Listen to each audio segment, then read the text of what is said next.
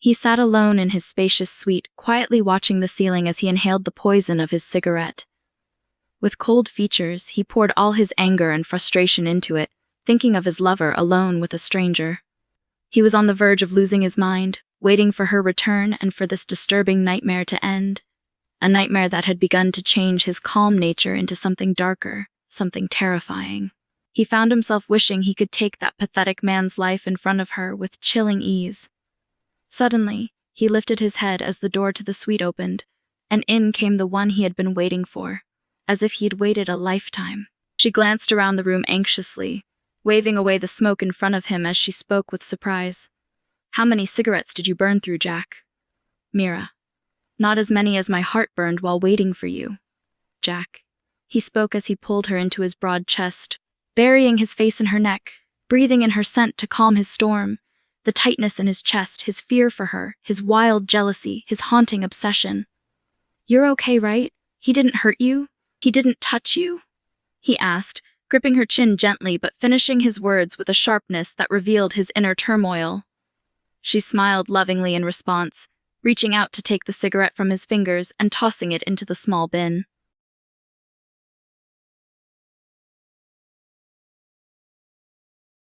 Her touch, her smile, her affection, it all slowly appeased his torment. She leaned her face into his chest, inhaling the soothing scent of citrus and musk in his clothes. "I'm fine, Jack. You know I can take care of myself. You worry for nothing," she spoke calmly, feeling the tension radiate from his body as his arms wrapped around her waist tightly. He ran a hand up to her hair, gently combing through the silken strands with his fingers.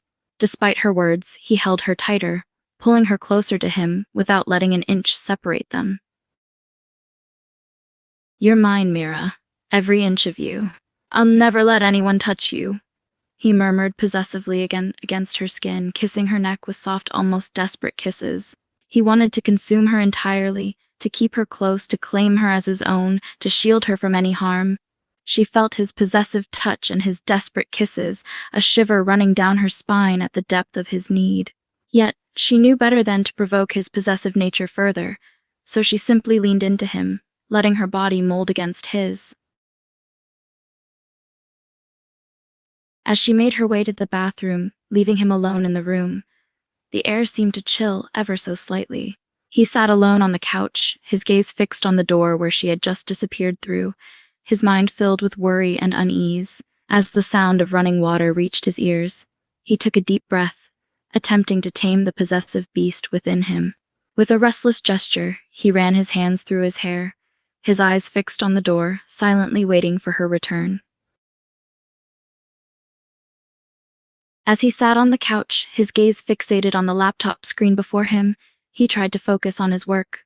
His mind, however, refused to cooperate as he struggled to concentrate, the thoughts of her plaguing his every thought.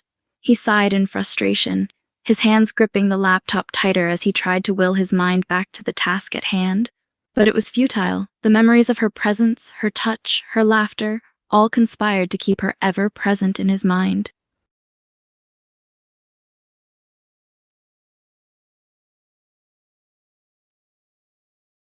Despite the distractions and the constant nagging thoughts of her, he managed to forcefully pull himself into his work. He began to diligently work, pouring his attention and focus into his task, allowing himself to be immersed in his work. Time ticked away, the silence in the room punctuated only by the soft tapping of his fingers on the keyboard. His gaze remained fixed on the laptop screen, the lines of text and numbers blending together as he lost himself in the intricate details. Eventually, the sound of the bathroom door opening broke his concentration, and he lifted his gaze from the screen, his heart skipping a beat. She emerged from the bathroom, her hair slightly damp from her shower, a towel wrapped around her slender form. He couldn't help but stare at her, his gaze following her every movement as she made her way across the room to him. Her presence alone was enough to pull him out of his work once more, and he found himself unable to tear his eyes away from her. She stood before him, a small smile playing on her lips as she noticed his gaze lingering on her. There was a quiet understanding between them, an unspoken intimacy that transcended words. She sat on the couch beside him, her body instinctively gravitating towards him as she rested her head on his shoulder. He couldn't help but wrap an arm around her, pulling her closer to his side, his touch possessive yet tender.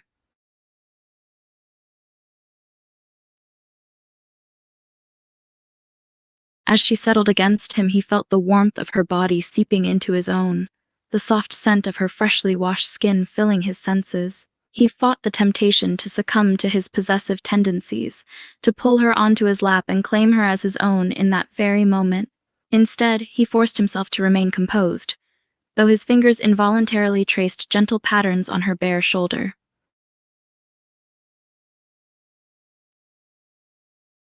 They sat in comfortable silence, each lost in their thoughts, yet finding solace in each other's presence. The sound of the clock ticking and the rustling of papers on the table served as a background to their unspoken conversation. His mind, though calmer than before, couldn't help but be consumed by her proximity, her softness, her vulnerability. He was torn between the desire to protect her, to hold her close and never let go, and the knowledge that she was not a fragile object to be coddled.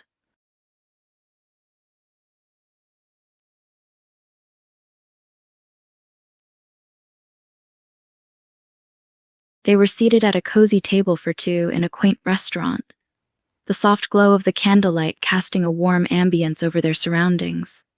The menu lay open in front of them, but they paid little attention to it as they were caught up in their conversation about their upcoming vacation.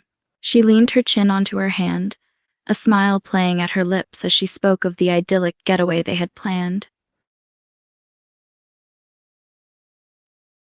"I can't wait to go on vacation with you, Jack. It's going to be so amazing," she said softly. He smiled at her enthusiasm, reaching forward to intertwine his fingers with hers across the table. He admired the way her eyes sparkled with anticipation, the way her lips curved into a radiant smile.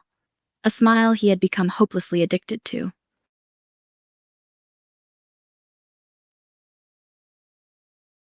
He chuckled lightly, raising their joined hands to press a gentle kiss on her knuckles. "You're so excitable, sweetheart," he said affectionately. His gaze lingered on her face for a moment, taking in every detail, every curve, every soft expression that crossed her features. She rolled her eyes playfully, a smirk tugging at the corner of her mouth. "And you're just a bore," she responded, but there was no bite in her words. It was all in jest, their banter as familiar as a well-loved song.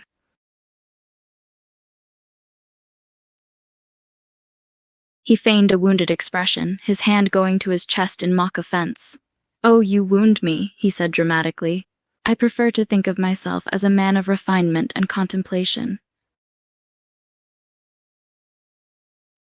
As their conversation continued, he caught a glimpse of another patron, a man seated at a nearby table, his gaze fixed intently on her. The subtle flicker of jealousy stirred within him, a primal possessiveness igniting in the depths of his soul. He couldn't help but feel a surge of protectiveness, his gaze narrowing as he observed the man's lingering glances at her. He tried to keep his expression neutral, but his grip on her hand unconsciously tightened, almost as if he was silently staking his claim on her. He forced his gaze to focus back on her face, trying to appear unbothered by the obvious interest from the other man.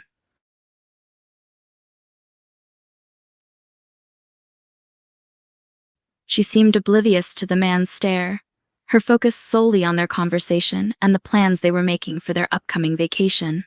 Her blissful ignorance only served to intensify his protective instincts, the need to shield her from the unwanted attention growing stronger with every passing moment. He clenched his jaw, his fingers tapping anxiously on the table as he fought the urge to confront the man outright. He knew he couldn't cause a scene in the middle of the restaurant, especially with her blissfully unaware of the situation.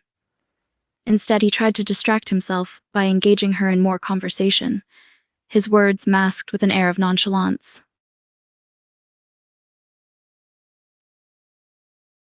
"Have you thought about the activities we could do there?"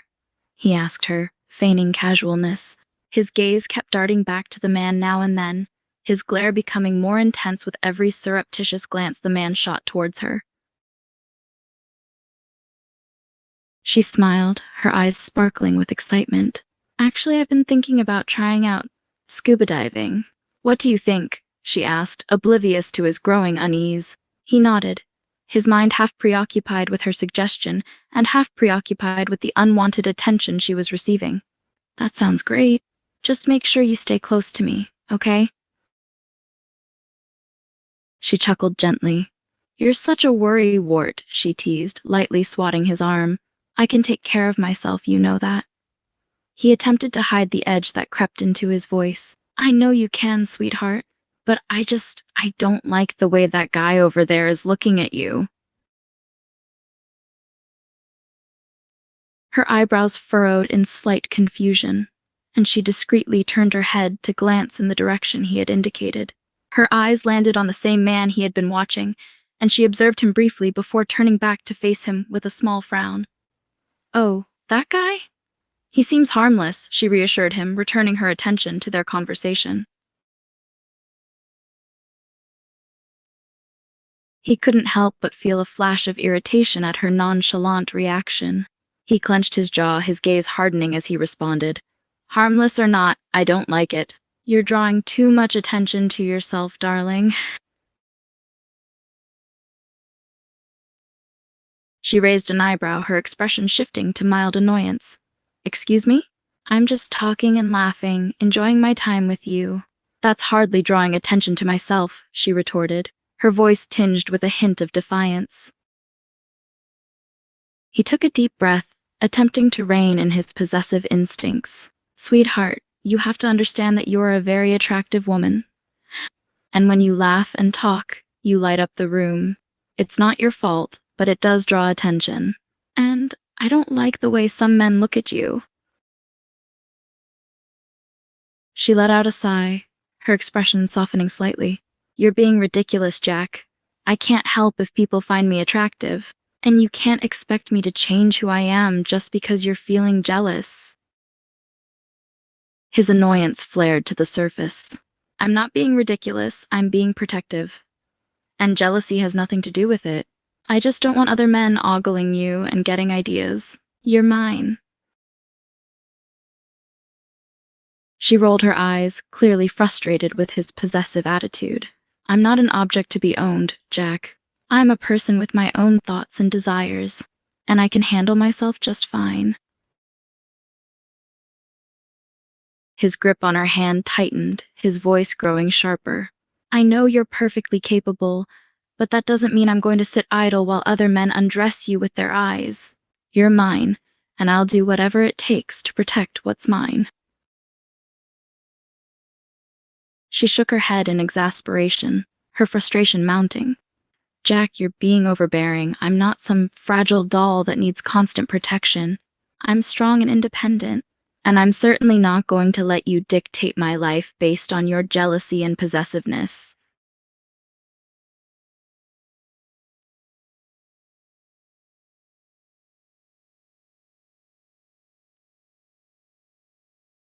He took a deep breath, his anger slowly subsided, replaced by a mixture of guilt and frustration. He knew he was being overly possessive, but it was something he couldn't help. The thought of her being ogled and lusted after infuriated him, triggered a primal need to claim her as his own. He gently lifted her hand, bringing it to his lips, pressing a soft kiss on her knuckles. I'm sorry, sweetheart. She sighed, her expression softening. I know you're trying to protect me, but you have to trust me to take care of myself. I'm not a damsel in distress who needs rescuing. He nodded, his thumb tracing circles on her knuckles. I know, but it's hard for me. She looked at him softly, her expression a mixture of understanding and reassurance. I get it, but you have nothing to worry about. I'm yours, and I always will be. His expression relaxed, a quiet sigh of relief escaping him. She continued, her tone softer and more affectionate. I just need you to trust me and not let this jealousy consume you. He nodded once more, his gaze lingering on her face. I'll try, I promise. It's hard, you know? Seeing you so desirable, so wanted by others. His hand gently traced her cheek, his touch tender and loving despite the possessive undercurrent in his words. She leaned into his touch, her eyes filled with affection. I understand, but remember, I'm with you because I want to be with you. No one else can compare. His expression softened even further, his possessive nature temporarily soothed by her reassurance. He knew she was right, but it still didn't quell the territorial fire that burned within him. In that moment, he realized that his love for her was both a blessing and a curse. It fueled a possessive desire to protect and claim her entirely, but it also demanded he respect her individuality and independence. He took a deep breath as if steeling himself to accept that balance. You're right. I need to work on channeling my possessive instincts in a healthier way, he admitted, his expression filled with equal parts of tenderness and determination. A gentle smile graced her lips, her expression filled with understanding and affection. She nodded encouragingly, her voice soft as she responded. I'll support you, darling. Just remember, it's about trust and respect, not just possession. Her words struck a chord within him, her reassurance helping to ease the turmoil in his mind. He knew he had to find a middle ground between his possessive tendencies and recognizing her autonomy. I'll work on it, sweetheart. I'm sorry for being such a Neanderthal about this, he said with a soft laugh, his hand still gently caressing her cheek. She chuckled, her eyes twinkling with affection. It's okay, Jack. I know it's a part of you, and we all have our flaws. Just remember to keep talking to me and not let those instincts control you completely. He nodded, his expression filled with gratitude for her understanding. I will, I promise. For a moment they both fell into a comfortable silence, their hands still intertwined. He took a deep breath, the weight of his possessive desires momentarily lifted by her reassurance and unconditional love. She leaned her head gently against his shoulder, her words coming out in a soft, affectionate tone. I love you for who you are, flaws and all. Just try not to let this protectiveness consume you. It's my strength and resilience that attracted you to me in the first place, remember? He smiled, his expression filled with a mix of affection and remorse. I know, and I love you too. It's just, sometimes my possessive instincts take over, and rationality goes out the window. I hate it when men stare at you, it makes me want to punch them in the face.